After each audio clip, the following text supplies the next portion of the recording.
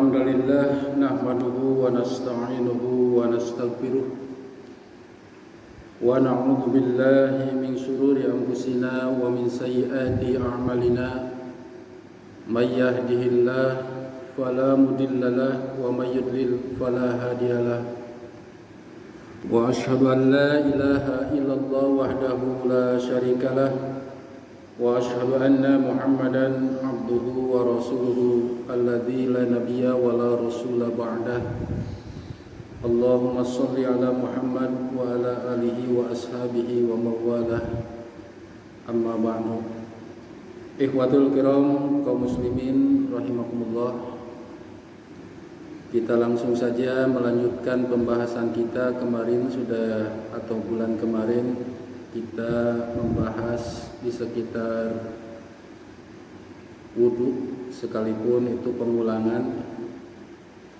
Maka pada kesempatan ini kita akan membahas masalah fadilah yang ada dalam pelaksanaan wudhu atau keutamaan yang ada pada syariat wudhu.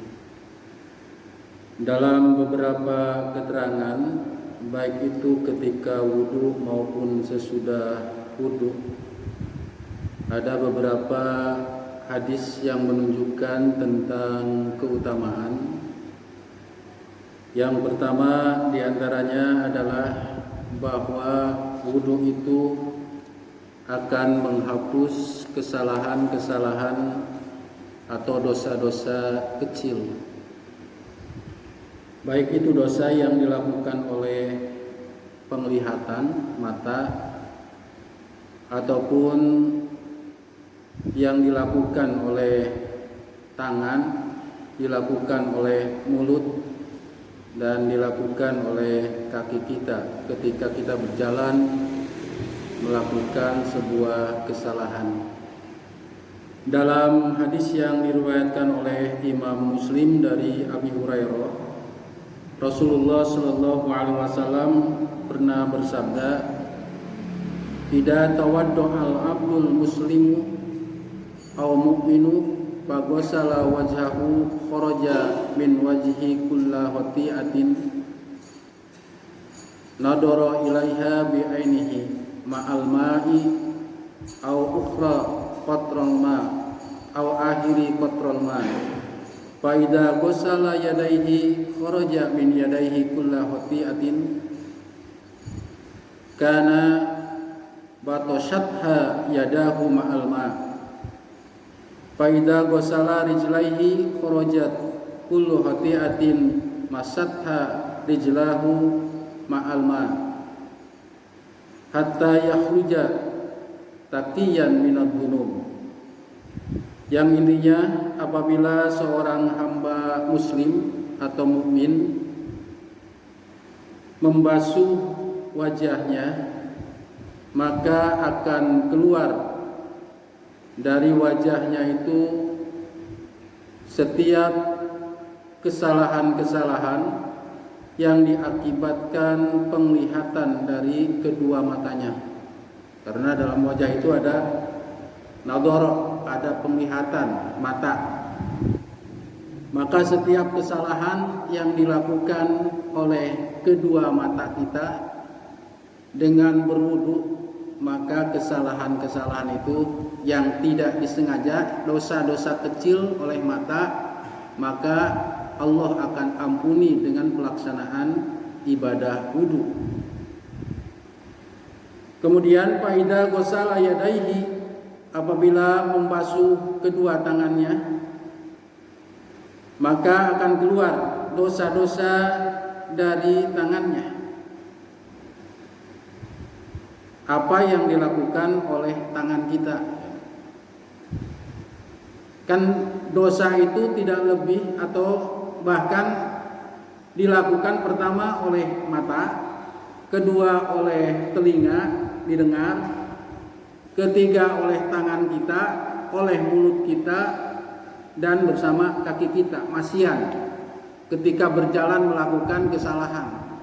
Maka dengan wudu, segala kesalahan-kesalahan yang tidak disengaja, dosa-dosa kecil akan begitu saja terbawa oleh air itu. Jadi ketika kita membasuh wajah, kita kan tidak luput dari kesalahan mata.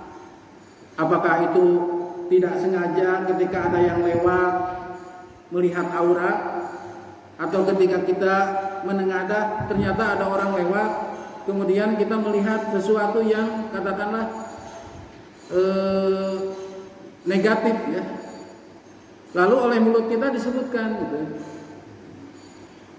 Maka ketika kita wudu, seluruh apa yang dilakukan oleh wajah termasuk mulut, mata, maka dengan sendirinya melalui air wudu itu akan jatuh ya. Bahkan dalam hadis yang lain itu sampai ke jenggotnya. Jadi ketika si air itu menetes, nah itulah tetesan sampai tetesan terakhir itu dosa akan diampuni, dosa-dosa kecil. Kalau dosa-dosa besar kan tidak bisa ya.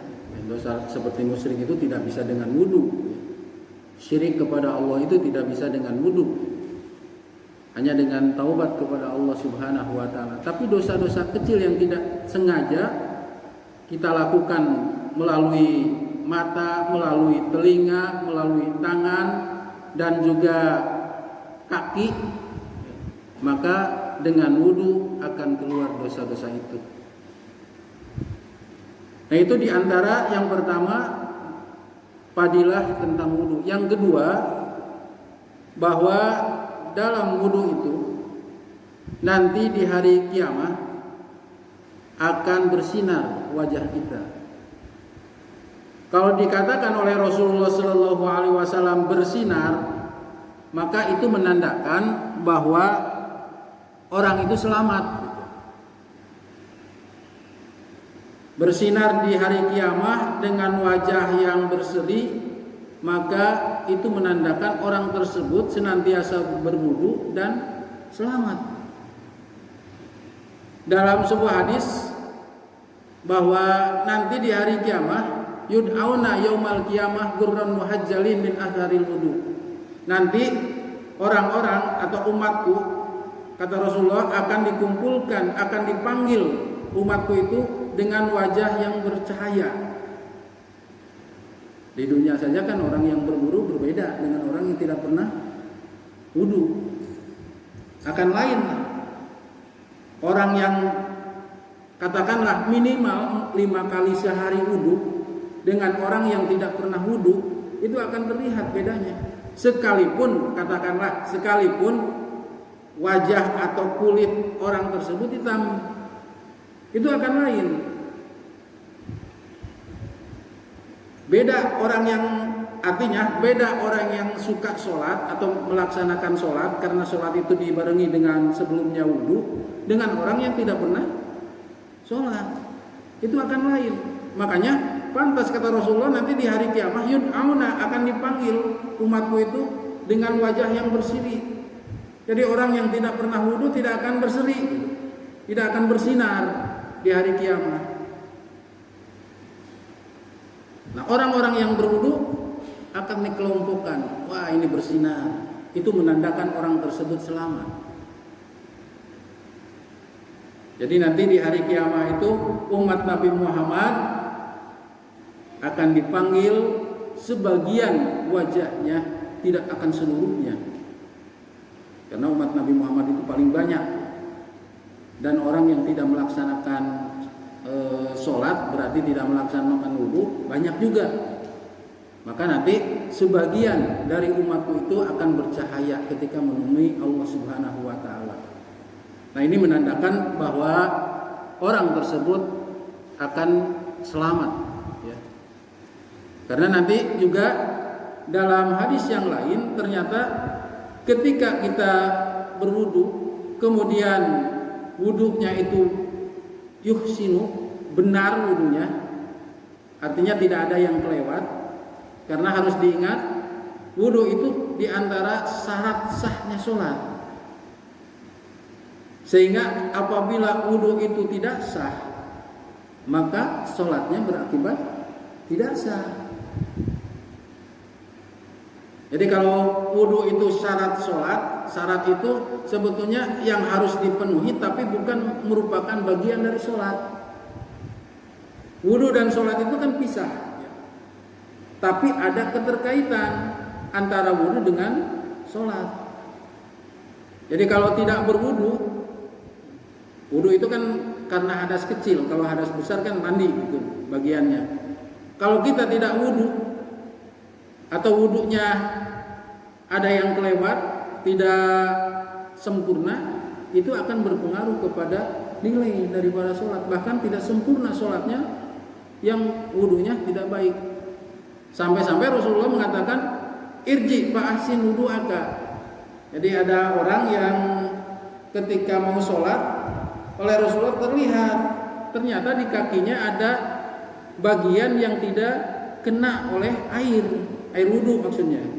Bagian anggota itu tidak kena oleh air wudu. Kata Rasulullah, farji fa'ahsin wudu'aka, kembali. Berarti kan tidak sempurna itu. Padahal sahabat tersebut mau sholat, oleh Rasulullah dilihat ini ada bagian kakinya, terutama kakinya biasanya, bagian belakang. Karena biasanya kita apalagi dengan kran itu biasanya cuma begini gitu, sehingga lupa ini tidak kena yang bagian ini. Makanya harus hati-hati, ini juga harus pakai diusap lah katakanlah oleh melalui tangan, jangan cuma begini gitu ya. Ini cuma begini, khawatir ini tidak kena oleh air. Makanya di sebagian masjid itu ada tempat wudu yang sambil duduk ya Pak Haji ya. Kalau di sini belum ada ya, mudah-mudahan nanti itu. Terutama bagi yang sepuh-sepuh. Soalnya kalau yang sepuh mau begini khawatir jatuh gitu. Kalau yang muda kan gampang. Jadi di itu sama tangan itu si air itu ke sini. Khawatir itu tidak kena dan mempengaruhi sah tidaknya sholat. Kemudian balik lagi sahabat tersebut ternyata ada juga belum tersentuh itu. Berarti tidak sempurna wudunya. Sampai disuruh balik lagi. Maka oleh Rasulullah diperintahkan bahwa ada hal yang tidak kena oleh air tersebut. Makanya dalam hadis yang lain, wailul lil aqab, celaka, neraka bagi orang yang tidak kena. Aqab itu di sini nih, bagian kaki. Rata-rata begini di sini, bagian belakangnya, atau bagian celah-celah ini. Karena sambil begini, ini kan rapat biasanya ya, cuma digini di air yang mengalir atau yang itu di keran itu langsung di kakinya dibeginikan, cukup aja digini-gini. Nah itu akan mempengaruhi ratanya air ke bagian anggota wudu. Oleh karena itu Rasulullah ketika menjelaskan tentang wudu, diantaranya ketika itu oleh Maula Utsman bin Affan, sampai-sampai dipraktekkan oleh Maula itu bekas hamba sahayanya. Kalau dulu kan ada hamba sahaya kemudian dimerdekakan disebut Maula. Dan dalam ilmu faraid, Maula itu kalau orang tersebut meninggal yang memerdekakannya tidak punya ahli waris, maka yang dimerdekakan itu ada hak ahli waris ya.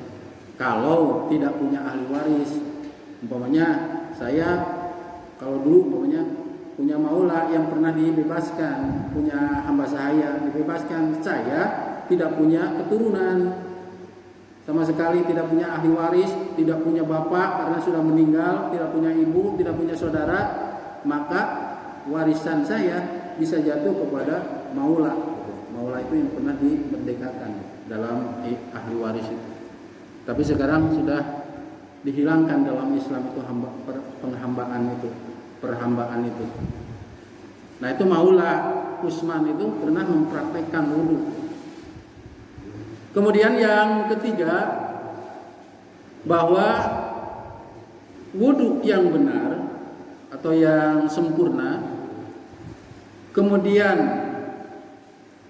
dibarengi dengan sholat 2 rakaat, maka dia wajib masuk surga.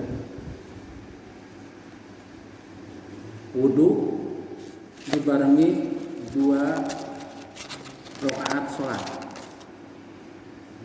Ini bukan sholat wajib ya, karena wudhu itu bisa saja ketika kita ketika kita batal wudhu kemudian wudhu lagi, setelah wudhu kita sholat 2 rakaat. Jadi tetap wudhu itu pada hakikatnya wajib ketika mau sholat. Tapi kita dalam kondisi wudhu apabila batal kemudian kita wudhu lagi, itulah yang oleh Rasulullah dijaga, senantiasa dijaga. Jadi ketika Rasulullah batal wudhu lagi, dan itulah yang dipraktekkan oleh Ahlul Quba. Di antaranya adalah Bilal bin Rabah. Jadi Ahlul Quba itu yang ada Masjid Quba kalau sekarang itu penduduknya disebut dulu Ahlul Quba. Itu terkenal kebersihannya. Dari kebersihan penduduk Kuba itu luar biasa.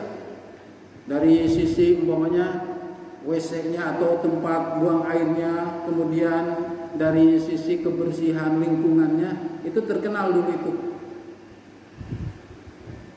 Sampai-sampai Bilal itu dikatakan oleh Rasulullah Shallallahu Alaihi Wasallam dia terdengar terompahnya sudah di surga. Jadi terompah Bilal itu sudah di surga.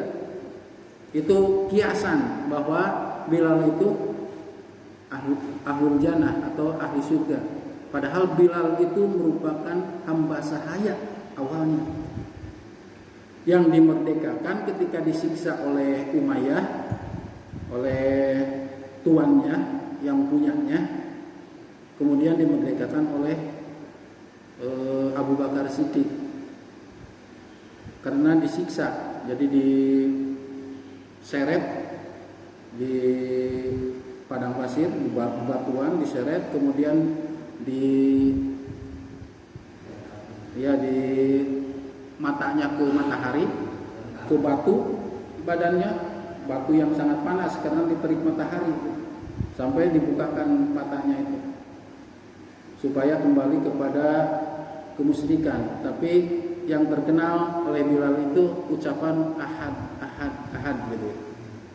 Jadi tidak mau kembali, sampai oleh Abu Bakar dimerdekakan, dibeli kemudian dimerdekakan, dan merupakan sahabat di antara sahabat utama Rasulullah yang menjadi muadzin pada masa Rasulullah.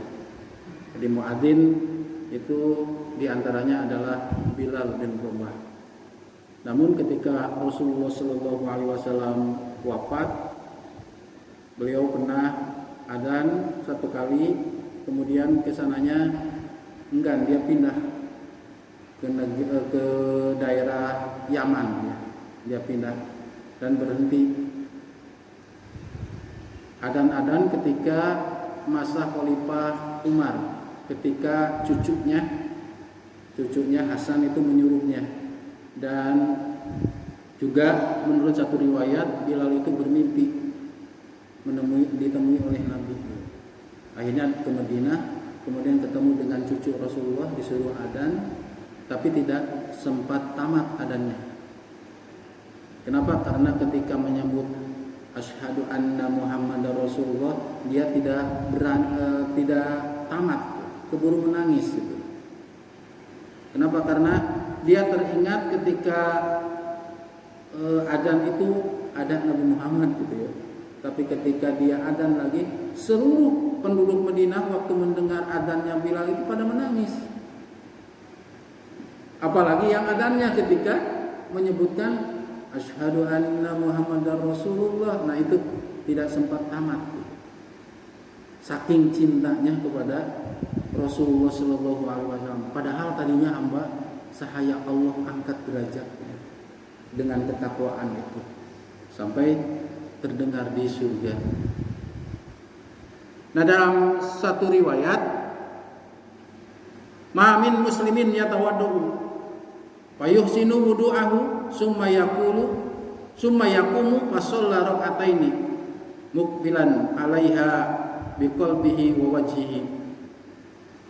Siapapun muslim yang berwudu lalu sempurna wudunya, lalu ia berdiri dan sholat 2 rakaat dengan ikhlas lillahi ta'ala, illa wajabat lahul jannah, kecuali wajib atasnya masuk surga. setiap wudu,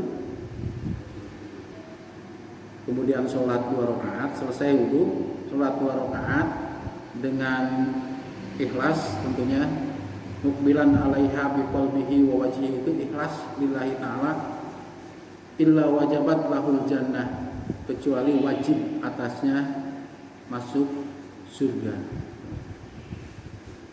Maka pantas Bilal selesai berwudu senantiasa sholat 2 rakaat. Ini sholatnya mutlak ya, selesai wudu gitu, kapan saja. Bagaimana katanya, kan suka ada pertanyaan bagi kita, ini antara tahiyatul masjid, antara qobliyah sama antara syukrul wudu, katanya habis wudu di situ, ini masuk masjid. Ada qobliyah,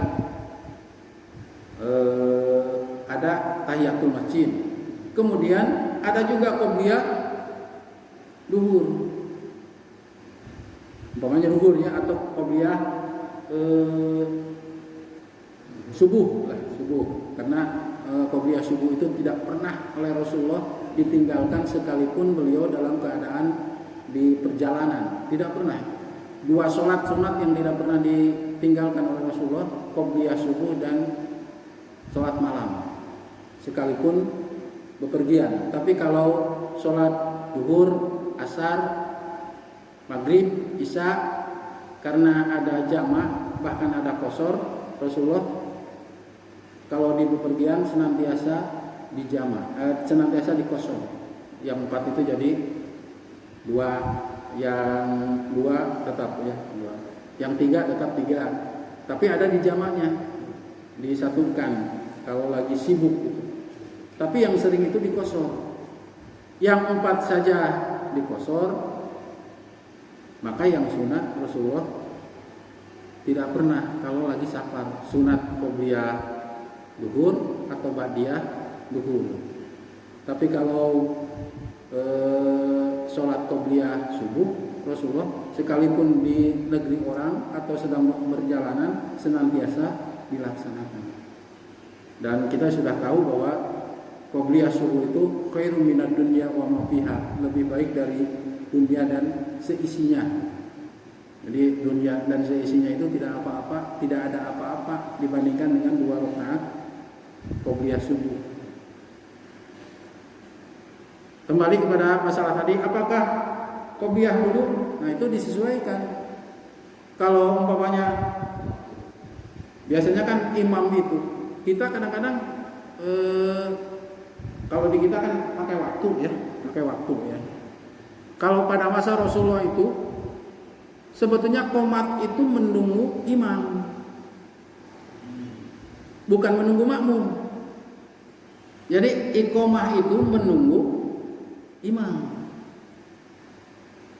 Kalau menunggu makmum, apalagi menunggu selesai sholat sunat, itu dia tidak akan berhenti di Masjidil Haram itu sholat sunat. Kalau menunggu orang yang sholat sunat, ada yang datang sholat, bahkan ada yang tawaf gitu ya, ada yang datang sholat 2 rakaat. Makanya pas imam datang, imam besarnya datang ke situ, langsung si muadzin qomat. Maka yang lagi sholat dibatalkan sholatnya, yang lagi tawaf berhenti tawafnya di situ, karena imam sudah datang. Maka si makmum si muadzin qomat. Jadi yang berhak menentukan itu sebetulnya imam ketika iqomah. Tapi kalau adzan itu pemberitahuan waktu sholat ya muadzin. Tapi karena di kita kan ada waktu. Ini salah satu cara gitu ya, supaya tidak kelamaan sholat sunat gitu ya. Setiap yang datang sholat sunat. Tapi kalau sudah waktunya, karena sudah ada imam, qomat gitu. Dalam arti ini sudah habis, kemudian ada yang lagi sholat lagi ya, langsung aja qomat. Dan itu dibatalkan. Karena kalau sudah qomat, maka langsung batalkan sholat sunat itu. Apakah mendapat pahala? Insya Allah kalau terbiasa sholat sunat itu. Kalau terbiasa kita qobliyah subuh, kemudian satu sisi kita kesiangan pokoknya datangnya sedang sholat. Kita sebetulnya karena sudah terbiasa itu mendapat pahala, kecuali kalau tidak terbiasa. Sholat sunat satu hari, libur 2 minggu namanya ya sholat sunatnya. Nah itu tidak terbiasa. Tapi kalau yang continue terbiasa, tercapai oleh. Itulah maha adilnya Allah. Jangankan begitu, ketika kita berniat untuk kebaikan, Allah catat kebaikan. Ketika kita berniat kejahatan, belum dicatat. Ketika tidak jadi berbuat kejahatan, Allah catat kebaikan. Ketika niat kebaikan, Allah catat kebaikan. Kemudian ketika kita melakukan, Allah catat lagi. Itu maha adilnya Allah dalam urusan pahala gitu. Jadi kalau ada yang adzan, kemudian nunggu, kalau di kita kan ada waktunya. Ini merupakan salah satu cara juga, cara untuk berarti. Tapi kalau tidak ada imam bagaimana? Jangan sampai begini, ketika qomat kan suka ada qomat dong, padahal imam belum ada. Mamanya ya, imam belum ada, qomat. Bingung cari imam, saling dorong kan gitu, saling dorong. Kecuali yang sudah ditetapkan sudah ada di situ yang biasa. Yang biasa itu namanya Pak Haji. Di sini kan Ustaz Boto terbiasa imam. Si muadzin itu ada yang suka imam, sehingga dia karena sudah waktunya qomat dia iqomah. Yang sebetulnya pada hakikatnya yang menentukan iqomah itu bukan muadzin tapi imam. Sampai-sampai pada masa Rasulullah sholat karena Rasulullah imamnya belum hadir, sampai sholat Isya itu jam 11. Rasulullah itu yang satu hadis membereskan, mengislahkan dua yang bertikai, dua kabilah yang bertikai, sampai Rasulullah terlambat. Itu hanya yang itu Bilal mengatakan apakah kepada Abu Bakar, wahai Abu Bakar, apakah disuruh untuk jadi imam? Ya, baru Bilal iqomah karena Rasulullah belum datang. Tapi yang satu Rasulullah ditunggu-tunggu tidak ada sampai para sahabat tertidur. Nah ini pun yang menjadikan pertama bahwa tidur itu tidak membatalkan wudu. Hanya para ulama berbeda pendapat itu begini. Tidurnya kan pada saat itu sambil duduk para sahabat itu, sehingga karena duduk tertekan.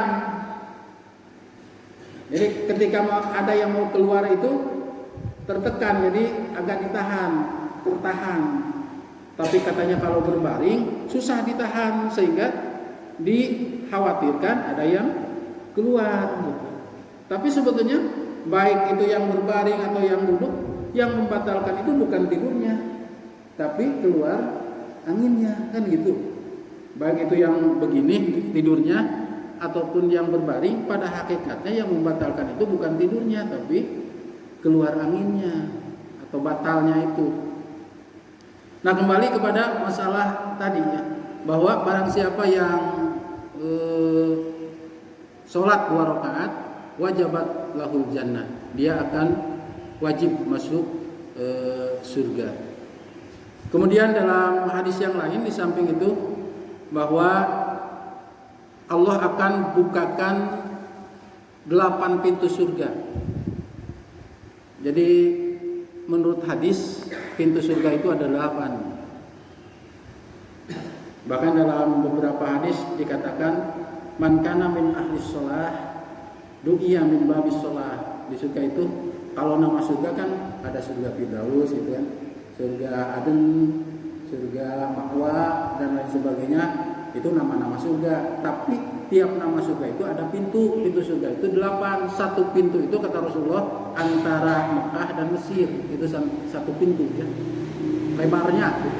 Satu pintu surga itu lebarnya antara Mekah dan Mesir. Berapa kilo ya? Itu satu pintu. Jadi nggak bakalan ya berjubel-jubel lah. Apalagi surga. Nah kata Rasulullah, barang siapa yang min ahli sholat, maksud sholat di sini menurut salah seorang ulama, yakni pengarang Fathul Bari, Ibnu Hajar Al-Asqalani, sholat di sini adalah sholat sunat, karena yang wajib itu sudah ditetapkan. Barang siapa yang di dunia itu ahlus sholat sunat, du'iya min babis sholat, maka akan dipanggil dari pintu sholat. Jadi surga ada pintu sholat, akan dipanggil orang yang senantiasa melaksanakan sholat sunat. Kalau melaksanakan sholat sunat tentu yang wajib dilaksanakan sudah, tapi kalau yang wajib dilaksanakan belum tentu yang sunat gitu. Itu idealnya kan begitu. Man kana min ahlil jihad, siapa yang di dunianya ahli jihad, maka dia akan dipanggil dari pintu jihad. Barang siapa yang di dunianya ahlus saum, puasa sunat, maka akan dipanggil dari babur royan, disebutnya babur royan, ini puasa itu. Barang siapa yang ahli sodaqah, maka akan dipanggil dari bab sodaqah, pintu sodaqah. Sampai Abu Bakar berkata, ya Rasulullah, adakah tiap pintu yang memanggil seorang hamba? Jadi pintu sholat manggil, pintu royan manggil, pintu jihad manggil, pintu sodaqah manggil, pintu-pintu ibadah yang lain juga manggil. Kata Rasulullah, insya Allah ada. Dan aku berharap engkaulah salah satu di antara orang yang dipanggil dari tiap-tiap pintu. Satu pintu saja memanggil, itu sudah satu keberuntungan. Oleh karena itu, memang bagi kita harus ada salah satu ibadah yang menjadi prioritas. Syukur-syukur lebih. Pokoknya karena kita ahli sholat, coba sholat sunat itu dibiasakan, paling tidak rawatib. Itu terbiasa. Itu merupakan salah satu andalan kita nanti. Ditambah lagi umpamanya sedekah umpamanya, sebetulnya kalau masalah besar kecilnya relatif sedekah itu. Kalau Pak Haji Erik umpamanya di sakunya, di kartunya 1 miliar, kemudian sedekah 100.000, berapa persen? 0,05 ya, 0,010. Apabila umpamanya saya di kantong 100.000, kemudian diimpakkan, disedekahkan 50.000, berapa persen? 50%. Kalau menurut hitungan kita 100.000 yang disedekahkan Pak Haji Eri kan lebih besar nilai itunya, 100.000 dibanding dengan 50.000 kan setengahnya. Tapi bukan dari itu. Abu Bakar 100%. Tapi harta yang disedekahkan, diwakafkan itu mungkin cuma 100.000 gitu, dibandingkan dengan umpamanya Abdurrahman bin Auf. Sekalipun 1/6%, katakanlah 1/6 dari hartanya, itu hartanya yang diimpakkan itu 200 ekor unta, berarti sisanya banyak. Sisanya banyak. Nah, jadi jangan melihat kepada orang lain, tapi melihat ke diri kita, punya berapa, berarti itulah persentasenya. Kalau di saku kita umpamanya 10.000 diimpakkan 5.000, maka itu sudah 50%. 50%. Beda dengan 2 miliar Pak Haji umpamanya cuma 100.000, berapa persen? Berapa persen kita impakkan? Nah, kalau kita umpamanya tiap hari 1.000, karena kita penghasilannya umpamanya 100.000, itu kan sudah Berapa persen kalau 1000 dari 100.000? Nol koma ya. Paling tidak 1% lah, 1%. 1% dari penghasilan. Tapi continue. Nah, itu yang akan menjadikan continue-nya itu, yang akan menjadikan kita dipanggil dari ahlu sholat dipanggil, ahlu sodakoh dipanggil, mungkin juga dari bab lain, umpamanya puasa sunat akan dipanggil. Minimal satu saja yang dibiasakan sunat, umpamanya sholat, supaya ada nilai tambah dalam pengertian yang yang diunggulkan dari amal kita. Bukan berarti yang lain tidak boleh. Yang wajibnya memang wajib dilaksanakan seperti siam Ramadan, gitu kan. Tapi ternyata puasa sunatnya agak bolong-bolong kan, gitu ya. Tapi yang wajibnya tetap. Tapi dalam salat sunat minimal rawatib itu jangan terlewat, supaya nanti dipanggil. Makanya Abu Bakar diantara yang dipanggil. Jadi likuli amil babu min abwabil jannah. Jadi setiap amalan itu ada pintu di surga. Nah, bagi orang yang wudu ternyata kata Rasulullah SAW, "Ma minkum min ahadin yatawaddo fayubligo aw yusbigo wudu'a summa yaqulu asyhadu an la ilaha illallah wa asyhadu anna Muhammadan abduhu wa rasuluh." Ada yang mengatakan asyhadu an la ilaha illallah wahdahu la syarikalah wa asyhadu anna Muhammadar Rasulullah illa putihat abwabul jannati samaniyatu. Orang yang berwudu dan sempurna wudu lalu mengucapkan 2 kalimat syahadat selesai wudu, Allah akan bukakan 8 pintu surga itu. Wa yadkhulu min ayyiha sya'a, dan akan dimasukkan oleh dia sekehendak dia. Jadi milih mau pintu yang mana. Tadi kan disebutkan ada pintu ini, pintu ini, pintu ini. Bagi orang yang berwudu maka dia akan dibukakan pintu yang 8-nya itu. Dan kita memilih mau pintu yang mana yang kita masukin. Itu maksudnya. Itu keutamaan daripada wudu. Ikhwati iman rahimakumullah, karena waktu sudah 30 menit. Mudah-mudahan apa yang barusan, bahkan lebih 40 menit. Mudah-mudahan apa yang barusan saya sampaikan, insya Allah kita lanjutkan nanti pada pertemuan berikutnya. Menjelang Ramadan berarti ya. Kayak Ruwah ya. Sya'ban gitu nanti itu. Sekarang kan bulan Rajab ya. Kemudian Sya'ban, kemudian Ramadan. Tidak tahu kalau Ramadan mau libur atau enggak. Dia subuh hari Ahad. Mudah-mudahan apa yang barusan saya sampaikan bermanfaat. Kalau ada yang perlu dipertanyakan silahkan. Iya. Ya, biasa kalau dari fadilah dari amalan wudu, dari sisi keutamaan dari amalannya, ya. Jadi dia dijelaskan kita melakukan dosa, dari sisi amalan itu bisa jadi motivasi kita dalam beribadah. Ya. Berbagi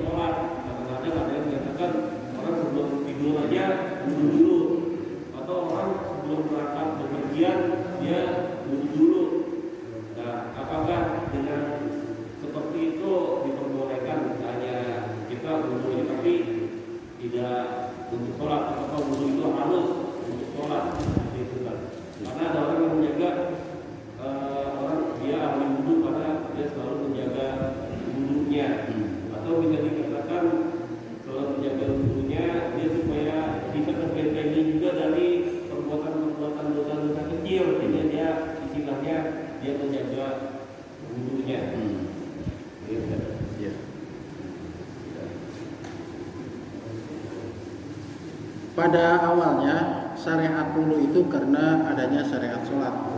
Tidak kuntum ila sholat faghsilu wujuhakum. Tapi dalam beberapa keterangan, pertama Rasulullah Shallallahu Alaihi Wasallam senantiasa dalam kondisi suci, sama seperti Bilal juga. Jadi ketika batal itu Bilal itu senantiasa cepat berwudu lagi. Hanya diikuti dengan sholat sunat Bilal itu 2 rakaat selesai wudu itu yang disebut dengan syukrul wudu atau sholat toharoh. Nah kalau sholat toharoh itu hukumnya kan sunat ya. Tapi kebiasaan atau membiasakan diri dalam kondisi suci, dalam kondisi wudu merupakan salah satu tuntunan dari Rasulullah SAW. Bahkan di antara hamba Allah yang menjadi musuh utama setan itu adalah hamba yang senantiasa dalam kondisi wudu, dalam kondisi bersih, suci dari hadas besar maupun hadas kecil. Cuma memang kalau hadas besar kan oleh mandi, hadas kecil oleh wudu. Makanya Rasulullah Shallallahu Alaihi Wasallam di samping ketika mau sholat, Rasulullah mencontohkan bahwa barang siapa yang berwudu seperti wudu mau sholat, jadi tidak ada perbedaan ya wudu itu. Kemudian pas mau tidur, kemudian dia menghadap ke arah kanannya, jadi arah kanan di sini, lalu membaca doa, kemudian membaca mu'awwidatain, qul a'udzu birabbin nas, qul a'udzu birabbil falaq, itu lalu ditiupkan, lalu diusap ke seluruh tubuh, maka tidak akan dia tersentuh oleh setan. Bahkan ketika dia tidur tidak bangun lagi, maka tidak bangunnya itu atau mati ya. Subuh itu umumnya mati, pas bangun itu karena terasa namanya, maka dia mati dalam keadaan bersih. Jadi ketika mau tidur juga berwudu silahkan. Bahkan ada keterangan ketika mau apapun kita mesti berwudu. Bahkan ketika mau mengulangi kalau malam pengantin ya, mau mengulangi Rasulullah mencontohkan berwudu dulu. Padahal itu bukan sholat kan gitu ya. Jadi mau mengulang untuk jima itu wudu dulu. Jadi mungkin oleh para ahli diteliti kenapa ya sampai wudu gitu. Apakah ada tenaga dari wudu itu sampai begitu?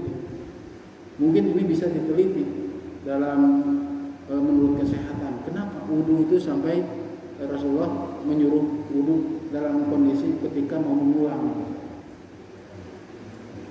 Jadi pada hakikatnya awalnya syariat wudu itu ketika mau sholat ataupun mau tawaf lah katakanlah. Tapi ternyata Rasulullah juga mencontohkan ketika dalam kondisi wudu, kemudian ketika mau tidur, bahkan ketika mau kita belajar pun sebetulnya ya masa sih belajar atau apa tidak harus. Bahkan salah seorang tokoh Indonesia yang ketika mau baca itu pakaiannya bersih gitu ya, kayak mau itu aja tugas aja, padahal mau membaca kemudian berwudu dulu.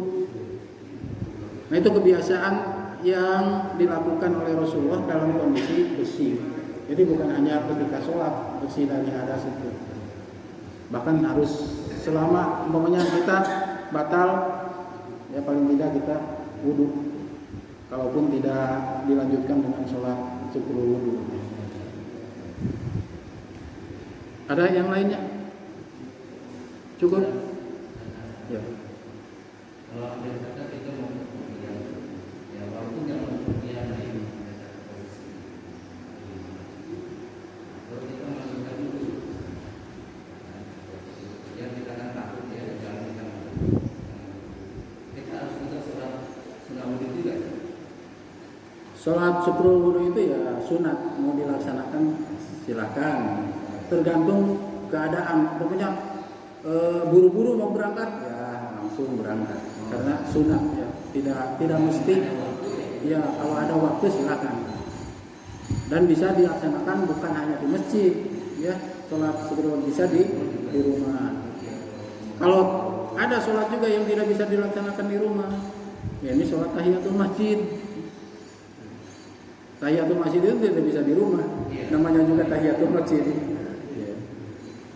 Kalau syukrul wudu bisa di mana saja, bahkan di tempat kerja umumnya sehabis wudu kita sholat 2 rakaat dan mutlak kapan saja.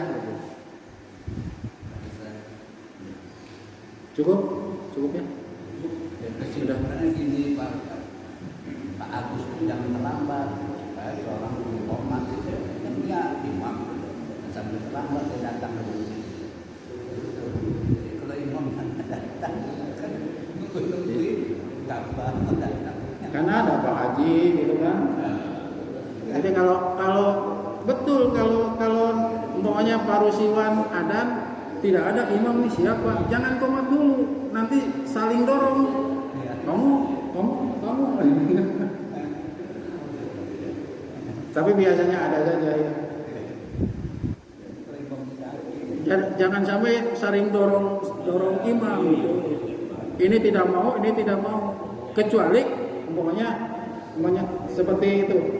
Kalau Pak Haji saya sudah ke sini, Pak Haji Agus sudah ngerti, dia pasti ke depan gitu. Kalau saya